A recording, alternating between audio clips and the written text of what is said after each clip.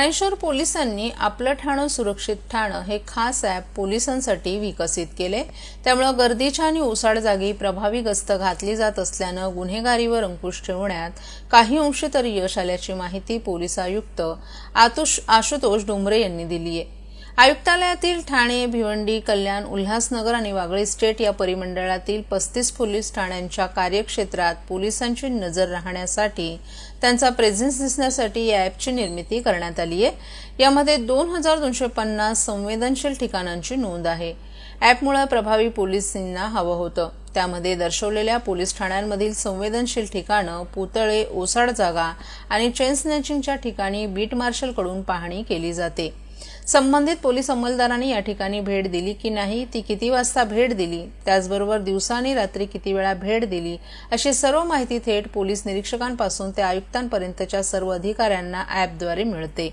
पोलिसांच्या पेट्रोलिंगची माहिती समजते। दिवसाला कोणत्या बीट मार्शलनं भेट दिली किंवा नाही याचाही आढावा थेट पोलीस आयुक्तांकडून घेतला जातो। त्यामुळे बहुतेक सर्वच पोलीस कर्मचारी हे संबंधित ठिकाणी भेटी देऊन पाहणी करतात। ॲपमध्ये नोंदवलेल्या महत्त्वाच्या ठिकाणी हाणामारी, महिलांची छेडछाड, चेन स्नेचिंग आणि इतरही गुन्हे होऊ नयेत, नागरिकांमध्ये सुरक्षिततेची भावना निर्माण होण्यासाठी अशा ठिकाणी पोलिसांची उपस्थिती आवश्यक असल्यानं ॲपची निर्मिती करण्यात आली आहे। त्या अंतर्गत 7877 अधिकारी अंमलदारांनी नोंदणी केली। पोलिसांची गैरहजेरी नोंद झाल्याच्या ठिकाणांच्या संबंधित पोलीस ठाण्यांच्या वरिष्ठ निरीक्षकांकडे पोलीस आयुक्तांकडून विचारणा होते।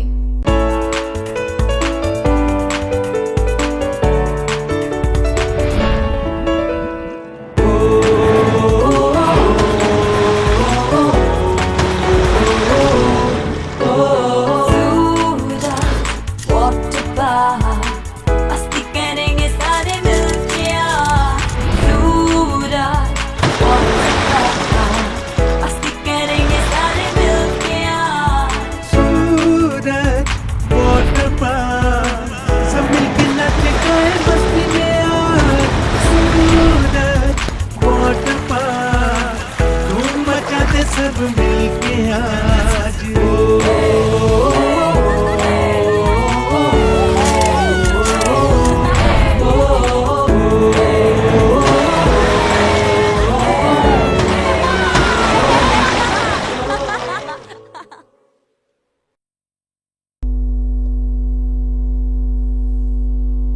नोटीस बजावून देखील ठाणे जिल्ह्यात बेकायदा शाळांचा सपाटा सुरूच आहे। एकट्या ठाणे शहरात तब्बल 81 अनधिकृत शाळा असल्याचं धक्कादायक वास्तव समोर येताच सरकार खडबडून जागं झाले। जिल्ह्यातील सर्व बेकायदा शाळांना परीक्षेनंतर कायमचं टाळं ठोका असे आदेश पालकमंत्र्यांनी आज संबंधित अधिकाऱ्यांना नियोजन समितीच्या बैठकीत दिलेत। त्यामुळे संस्थाचालक आणि अधिकाऱ्यांचे धाबे दणाणलेत। ठाणे महापालिका क्षेत्रात 81 बेकायदा शाळा असल्याची बातमी प्रसिद्ध झाली होती। त्याची गंभीर दखल घेत ठाणे जिल्ह्यातील सर्वच अनधिकृत शाळा आता प्रशासनाच्या रडारवर आल्या आहेत। आज झालेल्या टीपीडीसीच्या बैठकीत लोकप्रतिनिधींनी बेकायदा शाळांचा मुद्दा महत्त्वाचा असल्याची बाब प्रशासनाच्या निदर्शनास आणून दिली। जिल्ह्यात सर्वाधिक बेकायदा शाळा या एकट्या ठाणे शहरात असून त्यावर वेळीच कारवाई न केल्यास हजारो विद्यार्थ्यांच्या भवितव्याचा प्रश्न निर्माण होणार असल्याचं काही सदस्यांनी स्पष्ट केलंय।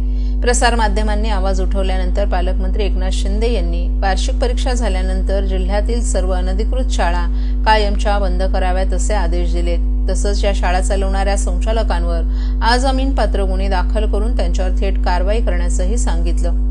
नियोजन समितीच्या बैठकीत जिल्ह्यातील बेकायदा शाळांच्या प्रश्नांवर चर्चा होत असतानाच शिक्षण विभागाच्या अधिकाऱ्यांनी सारवासारव करण्याचा प्रयत्न केला, परंतु विद्यार्थ्यांचं हित लक्षात घेऊन बेकायदा शाळा बंद करण्याचे आदेश देण्यात आलेत।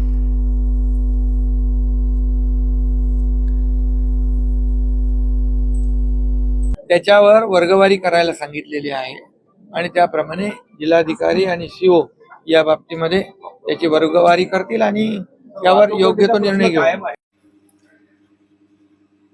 ठाणे महापालिकेनं अर्थसंकल्पात विविध विभागांना ठरवून दिलेल्या उद्दिष्टातून एकूण 2062 कोटींचा कर मिळणं अपेक्षित असून त्यापैकी 1138 कोटी रुपयांचा कर पालिकेच्या तिजोरीत आत्तापर्यंत जमा झालाय।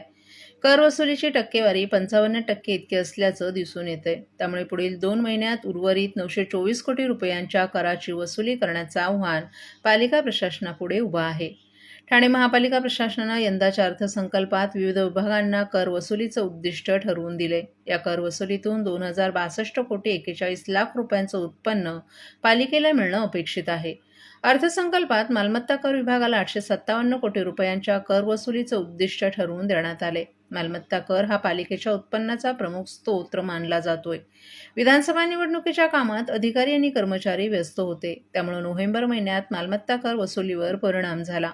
निवडणूक संपताच ठाणे महापालिका आयुक्त सौरभ राव यांनी मालमत्ता कर वसुलीवर भर देण्यास सुरुवात केली आहे. त्याचे सकारात्मक परिणाम डिसेंबर महिनाअखेर दिसून आले. कर वसुलीत वाढ होत असल्याचं चित्र होतं. असं असलं तरी पालिकेला डिसेंबर महिनाअखेर जेमतेम 55% इतकीच कर वसुली करणं शक्य झाले. ठाणे महापालिकेच्या मालमत्ता कर विभागाला 893 कोटींचं उद्दिष्ट देण्यात आलं असून त्यापैकी 563 कोटी म्हणजेच 63% कर वसुली डिसेंबर महिनाअखेरीस झाली आहे. तर पाणी पुरवठा विभागाला 235 कोटी 52 लाखांचं उद्दिष्ट असून त्यापैकी 74 कोटी 67 लाखांचीच म्हणजे 31% इतकीच कर वसुली झाली आहे. जाहिरात विभागानं 9 कोटी 52 लाख, स्थावर मालमत्ता 5 कोटी 14 लाख, घनकचरा 53 लाख, नाट्यगृह 1 कोटी 82 लाख, अग्निशमन विभाग 56 कोटी 29 लाख, अतिक्रमण विभाग 2 कोटी 34 लाख अशी कर वसुली झाली आहे.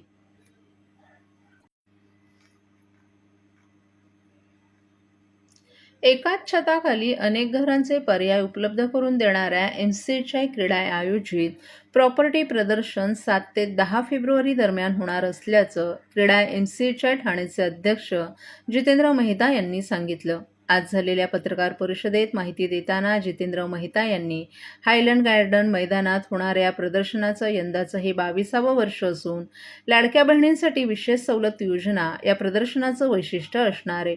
या योजनेनुसार 20% रक्कम भरून घराची नोंदणी करणाऱ्या बहिणींना विशेष सवलत देण्यात येणार आहे. या प्रदर्शनात सुमारे 80पेक्षा जास्त नामांकित बांधकाम व्यावसायिकांच्या 100हून अधिक रिअल इस्टेट प्रकल्पांचे पर्याय उपलब्ध असणार आहेत. याशिवाय 15हून अधिक वित्त संस्था यात सहभागी होणार आहेत. गृहनिर्माण संस्थांसाठी सर्वोत्कृष्ट संस्था ही स्पर्धा असेल. लोकप्रतिनिधी आणि उच्चपदस्थ अधिकाऱ्यांशी प्रदर्शनाला भेट देणाऱ्यांना संवाद साधण्याची संधी मिळणार आहे.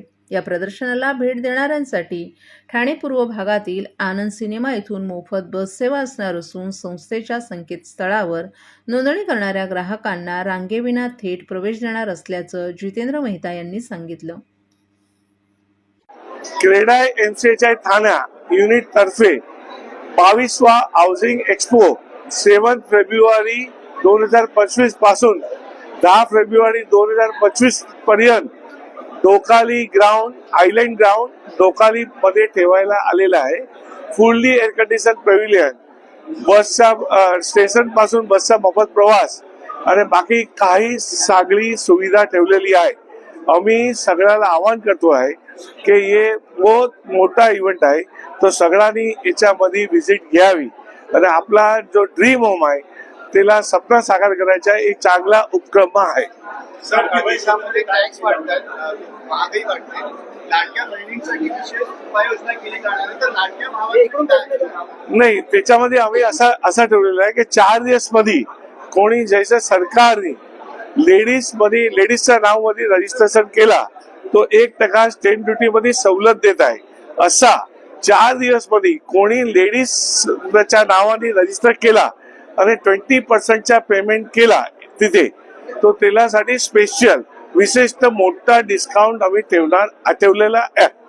तो आम्ही एनकरेज करतो आहे की सगळ्यांनी वुमन एम्पॉवरमेंट साठी वुमनच्या नावाने म्हणजे आपले मदर या तो सिस्टर या भाभी उनके नाम से फ्लैट लेना चाहिए. आपला उद्घाटन नेहमीप्रमाणे माननीय एकनाथ शिंदे साहेब जो deputy CM urban development minister आणि पालकमंत्री शिंदे साहेब येणार आहे उद्घाटनासाठी.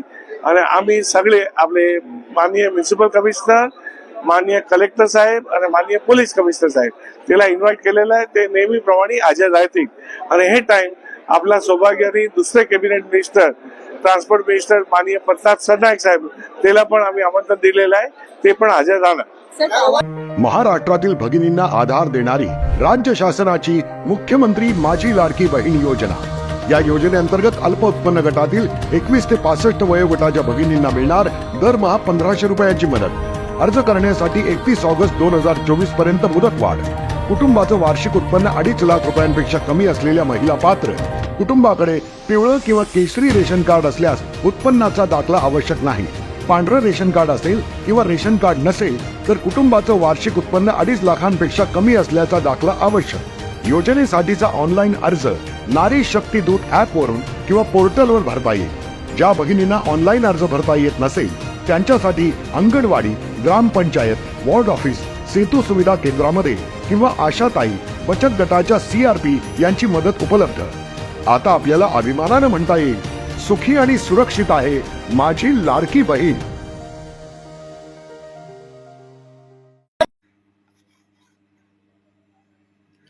मुंबई मेट्रो लाईन 4 वडाळा ते कासरडोली प्रकल्पांतर्गत माजिवडा येथे प्लिंथ टाकण्याचं काम सुरू झालं असून 84% स्थापत्य कामं झाली आहेत. त्यामुळे प्रकल्प डिसेंबर 2025 पर्यंत खुला होण्याची शक्यता व्यक्त होते. MMRDAच्या अधिकाऱ्यांनी दिलेल्या अद्ययावत माहितीनुसार नोव्हेंबर 2022 मध्ये प्राधिकरणानं लाईन 4A वर 45% काम पूर्ण झाल्याचं सांगितलं. एप्रिल 2023 मध्ये ग्रीन लाईन 4 प्रकल्पाची स्थिती 49% होती. सप्टेंबर 2024 मध्ये माजिवडा येथे प्लिंथ टाकण्याचं काम सुरू करण्यात आलं. हा मार्ग 32.32 किलोमीटर लांबीचा आहे. या मार्गावर एकूण 30 स्थानकं असणार आहेत आणि या मार्गावर चेंबूर, भांडूप, मुलुंड आणि तीनहात नाका अशी स्थानकं असतील. हा मार्ग सध्याच्या ईस्टर्न एक्सप्रेस रोडवे, मध्य रेल्वे, मोनो रोल यांच्याशी जोडला जाणार आहे.